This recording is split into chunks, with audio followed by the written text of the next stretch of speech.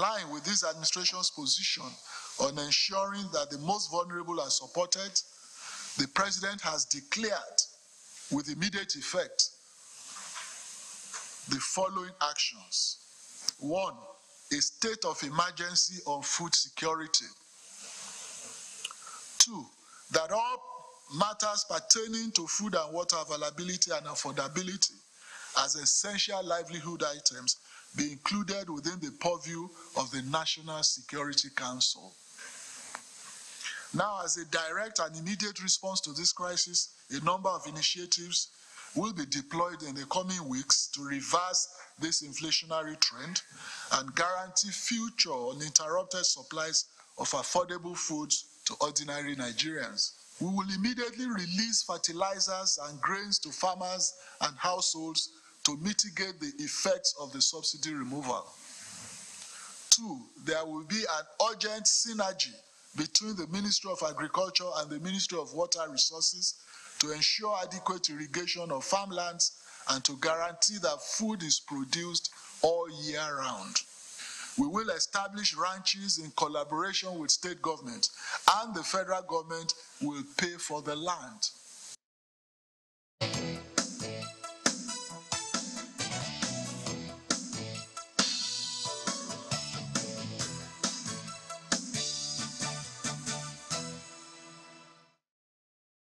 Welcome back. Yes, indeed. So that we'll be talking about this morning. We're joined by Professor Christine Ikweme, who is of the Department of Food Science and Technology, University of Calabar. We also do have Mr. Festus Idris, the Country Director, Heifer International. Good morning. Thank you for coming on the program today. Thank you for having me. Well, this particular policy, yes, people are also trying to internalize it to understand how it's all going to play out. Of course, we've heard how it's going to go on. But from your perspective, what kind of consideration are you giving to this? I mean, how do you see all of this policy playing out? You mean the what policy? The food security policy, this special emergency on food. Yes. Declaring food security issue as an emergency issue is very welcome indeed, because right now we are in a state of emergency. We need that, issue to be addressed holistically. And so I welcome the fact that, it's now on the front burner and the government is trying to do something about it, but it's the modality that is the issue. So it's a welcome relief that, the government feels that there ought to be, a focus on the issue of food security in Nigeria, because people are really suffering. What issue do you have? Why did you say the modality will be the issue? Okay, so the modality is the plan, the strategy. What strategy do you hope to use to, mitigate the effects? Because if you have a wrong strategy, you've not achieved anything. That's what it is. But are there any indication that there is a wrong strategy already? Well, I'm not saying that there's a wrong strategy, because this is just unfolding, and we've heard what the government is proposing to do. Mm-hmm. But the issue is that the best of the options available? Is that the best of the options? That's a big question for us, and then maybe that's why we want you to delve. Does this answer what it is that experts have been asking for to help bring down inflationary prices of food? Well, given a household, the government said it's proposing 8,000. Mm-hmm. The simple question is, what would 8,000 do for a household? How much does it boil down to? And how many households will get it? You see, one thing is government having a policy. They could be very sincere, but they're sincerely wrong. And how many households at the end of the day will have that money? And how would that money, how far will it help in, solving their issues? That means it's like 300 naira a day. Mm-hmm. When you boil it, when you take it, the nitty-gritty is just like 300 naira a day. So what would 300 naira a day? Okay, well, we'll still get your recommendations moving forward, because, having announced this, we like to believe that they want it to work. So we'll see how that plays out. We'll come back to you. So, but Mr. Yusuf, you being country director, you've been doing some job in this country. How does this announcement fit into what you have been working on in the country to ensure food security? Thank you so much, Chamberlain. This is a very good initiative in the right direction. We've been in a serious state of emergency even before now. Inflation rate in Nigeria has been increasing year in, year out. And the biggest contributor to that inflation rate increase has been food inflation. So in 2021, for instance, food inflation at some point rose to like 23%. And at that time, the price of food as well jumped up to around 20%. That was hard on the common man out there on the street. As at March of this year, NBS gave the data that our current food inflation is around 24.45%. That's a huge amount of inflation rate to have for food in any country. And if you look at it as well, an average Nigerian today will spend about 56.4% of their income on food alone. That was even before the fuel subsidy removal. And the price of food has jumped up tremendously, more than 50%. So I think it's a welcome idea. It just shows that the government is now saying, yes, previous government has prioritized agriculture as where we need to do more to feed ourselves, produce what we can feed ourselves locally, and reduce how much we rely on importation of food, which is also one of the causes of why we have this interruption or disruption within the food system space. So I would say that what we've been doing in the past is just mainly trying to support smallholder farmers or farmers in Nigeria to grow what we eat. There's so much vacuum there. More than $22 billion spent on food importation on a yearly basis. Farmers are here that can do that can produce some level. Yes, we will still import, but how much of that chunk can we produce locally ourselves so we can have a control of it? And if we must produce locally as well, how do we also reduce the amount of wastages? So if you look at the mandate that government just made, they want to also increase a lot of infrastructure like storage system, cold storage, and likes that can reduce the post-harvest loss that we experience today and can let us have more available food on the table as well. We're one of the most under-mechanized country in the world when it comes to agriculture. Our farmers struggle to use hoe and cutlasses to harvest or to cultivate their land. We can't compete that way. So the policy has just said that they're going to invest more in mechanization. With a tractor alone going to a farm to support farmers, they can cultivate their land 40 times faster. 1 hectare of land that would take like 5 men cultivating for 5 days, and you also still feeding them, a tractor can do that in just 1 hour, 1.5 hours. That saves them time to go to school, to attend to health services, and do other things that they're required to do within that period of time. And it's even lower in cost compared to the cost you will have paid for manual labor and still feeding them for that period of time. So I think there's some sense in it. And also, if you look at fertilizers, due to the war in Ukraine, between Ukraine and Russia, the price of fertilizer have gone up more than 100%. Farmers are struggling to even buy fertilizers to apply to their land. And I think the news state of emergency declared says that there's going to be fertilizer available for smallholder farmers. Yes, giving fertilizer to farmers for free, it's a disruption in the market system, we know. But as an immediate and emergency response, we can do that. But in going forward, we must incentivize the system to handle that directly themselves. So there's a lot of things that I hear the government say, if it's implemented with a real goodwill and good intention, can help us address the serious food security that we have. For instance, insecurity as well. That's the biggest one. Farmers cannot even go to farm. They've been chased out of their farm because of insecurity in most part of the country. So government is saying that with this declaration, they will prioritize security that will make farmers go back and farm. All right. So we can farm and grow, we can feed ourselves. Prof raised observations about the 8,000 naira per household and how feasible or sustainable, what kind of impact do you think that will have? Because if that's multiplied by who knows how many, that's a significant chunk. So if it's not going to address or attend to certain issues, why give it? It's a very complicated situation. And this happened also in civilized or developed world. For instance, in the United States some time ago, the United States government will, from time to time, decide to give some kind of incentive or palliatives to citizens just to cushion the effect. They cannot give enough money that will actually cushion the entire effect 100%, but they can at least do something in that direction. So at the act of giving 8,000, I know it's a little amount of money over a period of months, for smaller households. But you can imagine what 8,000 sometimes means to the smaller household that want to be able to afford and feed themselves. Today, most households can't even afford to buy bread because the cost of bread has gone up due to importation of wheat, and wheat has been scarce in terms of supply to the country. So 8,000, to an extent, at least a family can afford to at least look into the fact of even getting themselves bread into the house. The cost of noodles, the cost of fertilizers, which government still, so it's not just a one-off saying government is giving only 8,000. There are other things that government must do to ensure that the entire ecosystem is incentivized and like we can take care of the voids. Like what? So, for instance, government has just removed subsidy from fuel. That immediately has made transportation costs to go up. But government is also saying that how do we resolve this in other areas? I think what we're just doing is just robbing Peter to pay Paul. We have taken subsidy out of fuel because we feel people that benefit from there are not at the bottom of the pyramid.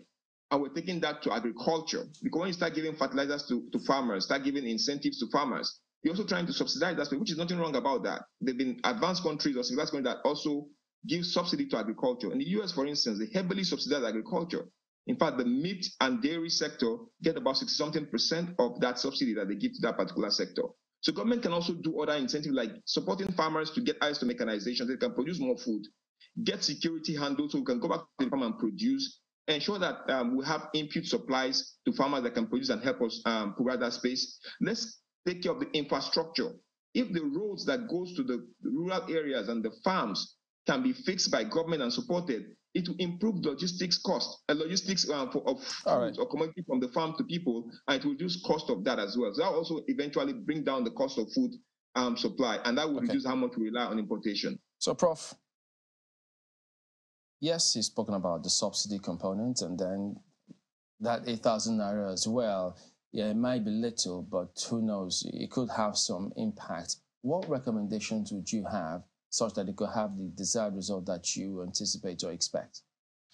Thank you. You know, the issue of 8,000 is like treating the symptoms, not treating the disease. It's like somebody having headache that could be induced by any of the, disease conditions, maybe malaria, anything. And you've not gone to treat the causative, effect, the causative agent of what is causing the headache. You're just giving the person an analgesic. That's just what it means. So 8,000 will not be able to ameliorate issues. What are the issues people are struggling with? Increased food prices, increased mode of transportation system, and everything else. The houses have increased because the landlords will tell you that they need to do this and that and that, and they have also increased it. School fees have increased. So what do? People have to move from one place to the other. So in my own mind, I think the first thing that government wants to put, infrastructure in place. There must be public transport system that would help people to commute from one place to the other at a cheaper rate, discounted rate. That's what should be done in this case. Because you give somebody a household 8,000. Out of this 8,000, they're still going to use it to travel. I mean, commute wherever they have to, go to the market, etc. It's really nothing. When you compare this, what they have to spend at the end of the day, it comes down to nothing. And my own is the households, even this 8,000 will not get to the people. It will not get to the people. So the government must, re-strategize, bring up, infrastructure, public transportation system, increase the salaries across board. Now, salaries must be increased across board. Some people will say that what you're only looking at perhaps the cities, the urban areas, and of course, I mean, it would seem that it will be different strokes for different folks. So, what would affect those, for instance, staying in Abuja, and how the kind of subsidies they should receive will be different from, say, those in rural areas, in rural communities, largely agrarian communities, which the cities depend upon for food. Exactly. So you specialize mostly in food science and technology. Yeah. And food is one of the biggest areas where we have problems. Food, we've struggled with food inflation now for the biggest time, for the longest time, beg your pardon. Looking at what they're planning in terms of supporting the agrarian communities to ensure that there is food security, Do you think that we are on the right path in that regard? Now, I haven't seen the full, project structure. But to my mind, for the agrarian society, there must be, money for seedling to the farmers. Because in the rural sector, it's a different story, like you rightly said. But they have to be given, monies or seedlings for the farming inputs, the fertilizer and all, at a very subsidized rate. Because they have to, and every other household should be encouraged, put up a small garden by your house. Because in that way, you don't have to buy everything in the market. You don't have to buy a vegetable. If you have a small garden in your house, you don't have to go and buy vegetable. Even if you don't have land, you can put it in potted plants and all that. You can improvise and all that. But the rural dwellers, their own need is not like what you have in the cities. The cities, the needs in the city is so much. And so I'm not saying that they're not going to focus on the rural, because their own demand is the farming inputs. And so the government must also make provisions for that. Of course, they also need cash as well. And they will need that. That's the cash for the cash for the inputs. 8,000 naira will certainly, make more impact in rural communities than, say, in the city. But I'm looking holistically at the general plan, because we know that Labour is still in discussions with the federal government over palliatives to cushion the effects. But we were still waiting for the outcome of their own discussion, even though somehow they still seem to be, they're not quite happy from what we see here in terms of what the federal government has rolled out. That's what the papers, the dailies, are reporting this morning. But more holistically, as a professor, dealing in the area of food, and I know that there are many, many different layers and different areas of food. Do you think that we currently have what it takes to, because people say, leverage technology to make sure that we are able to get the best results in almost every aspect? What areas do you think we can leverage on technology to get the best outcomes to reduce food inflation? Well, the area we need to focus mostly is on post-harvest, losses. Because surprisingly, maybe about 30% of all fresh produce produced in this country is lost due to poor management. We don't have post-harvest, management systems. By the time, let's say, you are moving, tomatoes, any of the perishables from the north to the south with the bad road, by the time it gets to the north, to the south, half of the basket is already gone because of the bad road. So what systems, what are the, transportation systems you need to put in place? If there were cargo trains, it will move very fast. If there were, government can put up, refrigerated warehouses for, for the farmers, and they use it in what? In a cooperative, and they pay for that. It might not even become, but government can give the incentive for the private sector in investment into the cold store initiative warehouse, and then farmers can now be able to store their produce, be it yam, be it rice, because if in times of harvest you have so much. That's what we usually have in Nigeria. In times of harvest seasons, you have so much available. Food is cheap, but after that, food becomes expensive because most of them has spot along the way. If you buy so much, and the market woman buys, a lot of it is spoiled. I had a lot of, shocking revelation in Calabar. In the market, there's a fresh fruit market in one of the markets. If you go there, about half of the produce are lost. Why? Because we don't have a post-harvest market, systems for preserving these fruits. So the government must invest in those structures.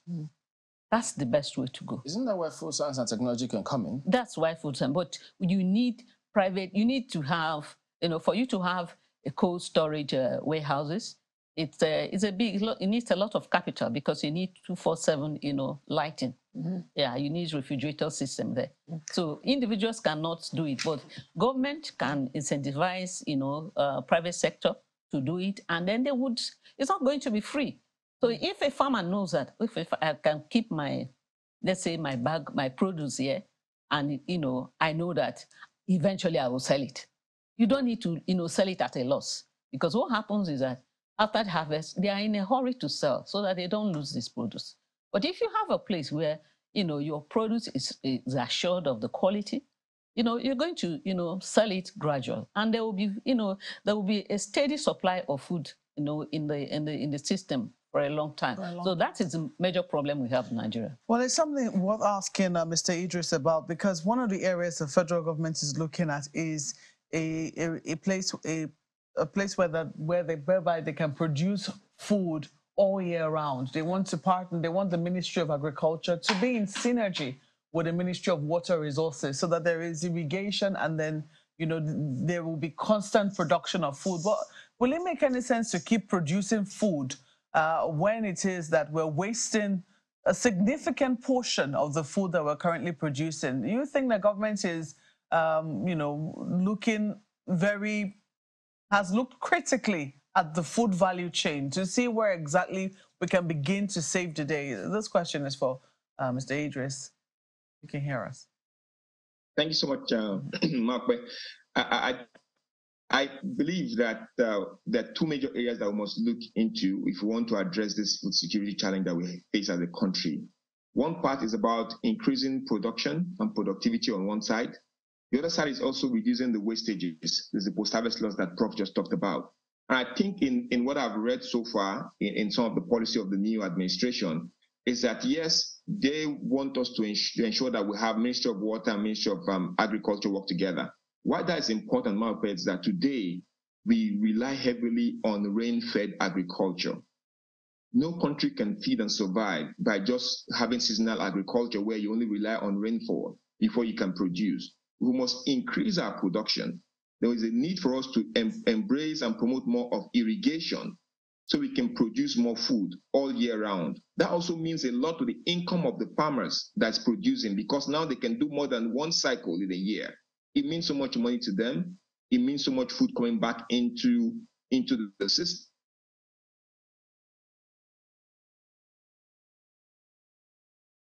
Okay, I hope we get him back. This was, for instance, some of our production system. He's back. Okay, he's back now, I think. Please go on, Mr. Idris, we can hear you. For instance, that we are. Okay, thank you, Mark. So I was saying that there are two ways: increasing production by supporting all year-round farming, which we can do by not relying heavily on only rain-fed agriculture. Now we can produce all year because farmers cannot have water to produce, as against waiting for only the rainy season to produce. And we're supporting a lot of young people today to use solar-powered irrigation system to get that done with smallholder farmers. Government can increase that. That's also an entry point for young people to be involved in agriculture. But on the other side as well, how do we also reduce the wastages? For instance, in the tomato value chain, 40 to 60% of tomato produce in this country is being lost to post-harvest losses as well. So now we can also harvest the power of solar to provide cold storage systems that are powered by solar, which is being done in some part of the country right now through some of our initiatives and other organizations as well in the country. Government can also increase on that particular strategy. So I think it's a holistic thing. It's not a one-size-fits-all problem that you can solve with just one solution. You're addressing productivity issue and production. You're also tackling wastages as well on the other side. At the same time, you're also looking at areas where there's no efficiency within the entire value chain and addressing all those voids within that system. Eventually, government should not even be involved in direct intervention like we're doing now. Just build the infrastructure and create the enabling environment, and let the actual market actors on the demand side, on the supply side, to work the way they should work within a functional market system. I think that's what we're going to get to at some point in this country. But for now, I think these are just immediate responses to pushing the effect. And like the president mentioned earlier, rural people feed people that are in the cities. Majority of our farmers are in the rural areas. 80% of them in rural areas get their income from one way or the other from agricultural services or agribusinesses. So it means a lot if we support agriculture, because that means so much income to them, and they can produce more food. They won't feed those of us that live outside the rural areas and the urban cities, in the urban areas as well. Idris, let me stay with you for a little bit, if you can hear me. Excuse me. There is an aspect of this whole conversation, and I'm glad you talked about the rural areas now. There's an aspect that maybe the president's spokesperson's address didn't speak directly to, and that is the role that the locals have to play in securing themselves. Hitherto, we hardly heard of insecurity at the local government levels. Everyone seemed to watch out for everyone. Remember the son of whom you are kind of a scenario in everywhere where before anything goes wrong in any community, they ask, first of all, where's your house in this community, in this area, in this local government, in this particular street? Who are you? Everyone was able to watch out for each other, and as a result of that, they were able to stave off a lot of insecurity challenges. Now, in terms of food security, how do you see the locals themselves playing a role? Because we can both agree that the governments, whether federal, state, or local, can't think it all through. The people at the lowest rung of the ladder have their own responsibilities in this as well. So do you see a role for the locals? If you do, how do you see themselves also helping to protect whatever it is that they have, supported by the initiatives of the federal government, which we now hear has been scaled up to the level of the National Security Council? Thank you so much. I believe strongly that, yes, the local could play a very big role because in the community, in rural community, most times everybody knows everyone. If you see something, you say something, and you can actually fish out the bad eggs within the community. But at times also, this local, you must understand that are also going through a lot of challenges and changes that's making, even changing and shaping behaviors. For instance, we talk a lot about the clash between the farmers and the herders. And most time we think it's just something that just occur because the herders might be just brutal people that want to take advantage of the farmers. But sincerely, it's also a big climate change impact issue. The herder needs water and grass for the animals to survive. The farmers is also trying to struggle to produce, to feed and sustain their own livelihood. So when due to climate change impact, there's been a shortage of grass or pasture and shortage of water heavily. So when there's no water and there's no food, a stable society will not have the pillar to stand on. These herders now start going through nomadic, moving from one location, looking for grass and looking for water. In that course, they engage with farmers that are actually growing the land and trying to make food happen.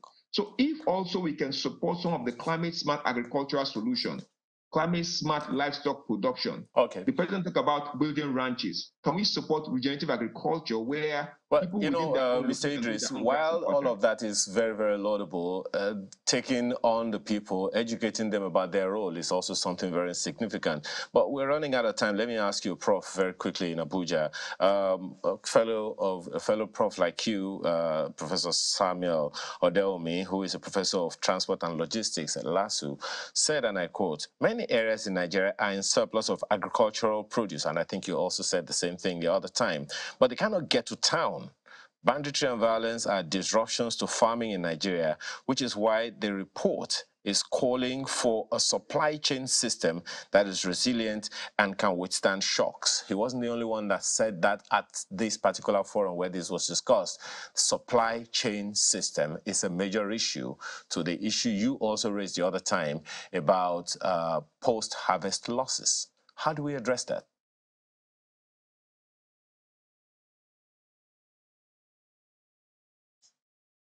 Profits for you.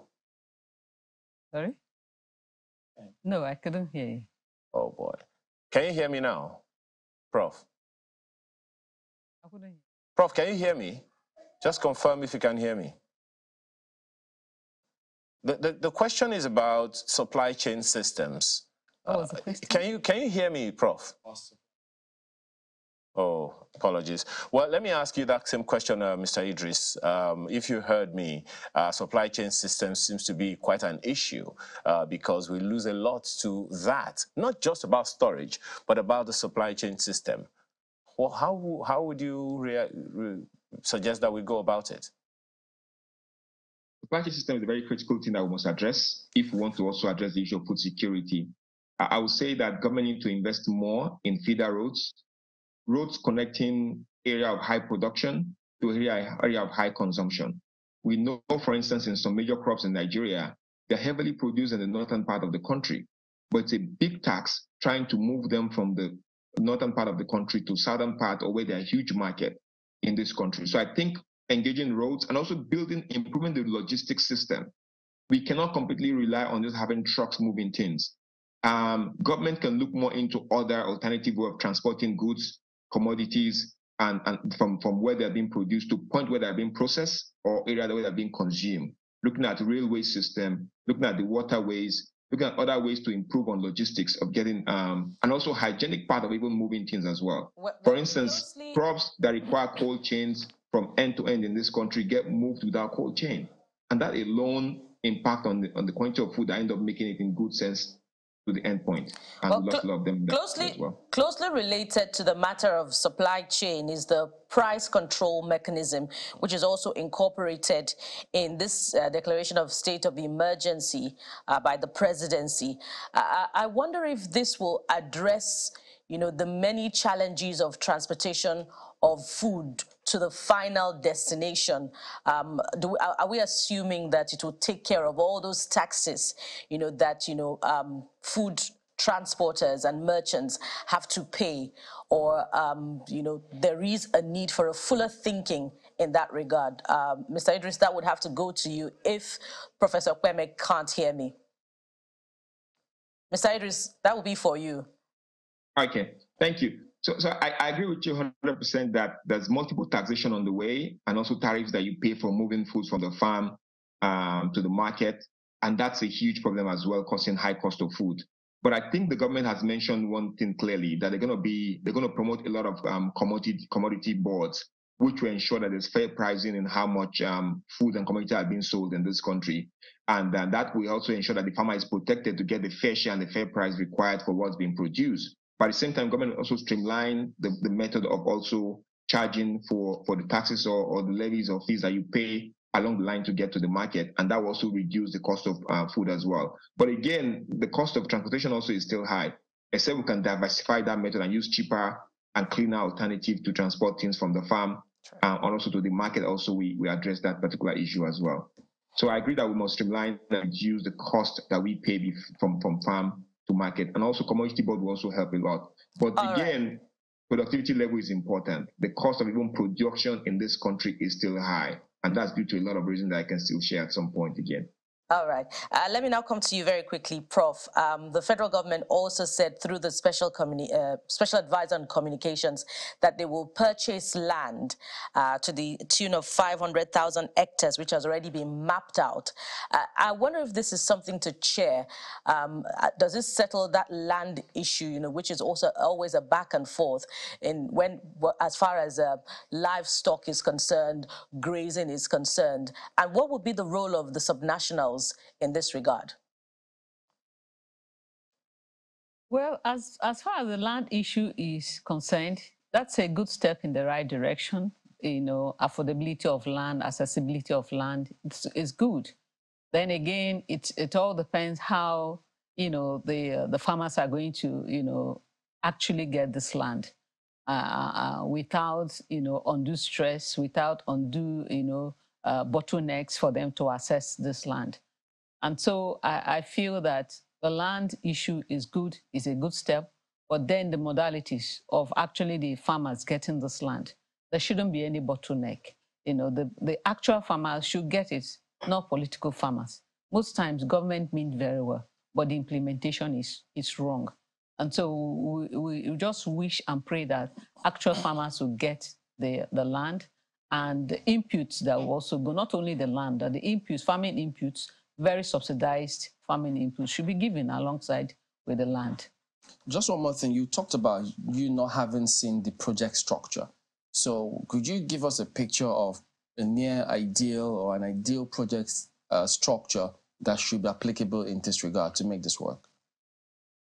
So one of the, because I could overhear, one of the speakers talking about the issue of supply chain and productivity, So we increase production. So we can't be going around the vicious cycle of more production, more food waste, more production, more food waste. So the strategy should be that Okay, so we need to address the issue of food losses along the food chain. Where are these issues? What do we do? And the best thing you need to do is to set up these cold storage warehouses in all the local governments. Get the farmers to form, cooperative. I think most of the farmers have cluster, sectors. Get them to form. And then they get a private sector to manage that cold storage facility. And the farmers, and the other stakeholders, they will come to agree as a token that they will pay. So they pay monthly for their storage of their facilities. I think that is to the issue of, it will check the issue of food waste in fresh produce. But then the government must also sensitize other people who want to also turn the product into another end product, because the food manufacturers are having a big raw deal. I wonder how many indigenous food manufacturers are surviving because of high cost of diesel, because of high cost of raw material. So these are the things that government must give incentive to manufacturers. There must be waivers for them. There must be tax waivers for them. If you are going into food manufacturing, what are the waivers I have? What are the incentive I can, I can get from government to be able to cushion the effect that before I go into manufacturing? All right, Professor Christine Ikpeme, Department of Food Science and Technology, University of Calabar. We have also had Mr. Rufus Idris, who is the Country Director, PEFA International. Thank you both for coming on today. Thank you for having me. Thank you, Kimberly.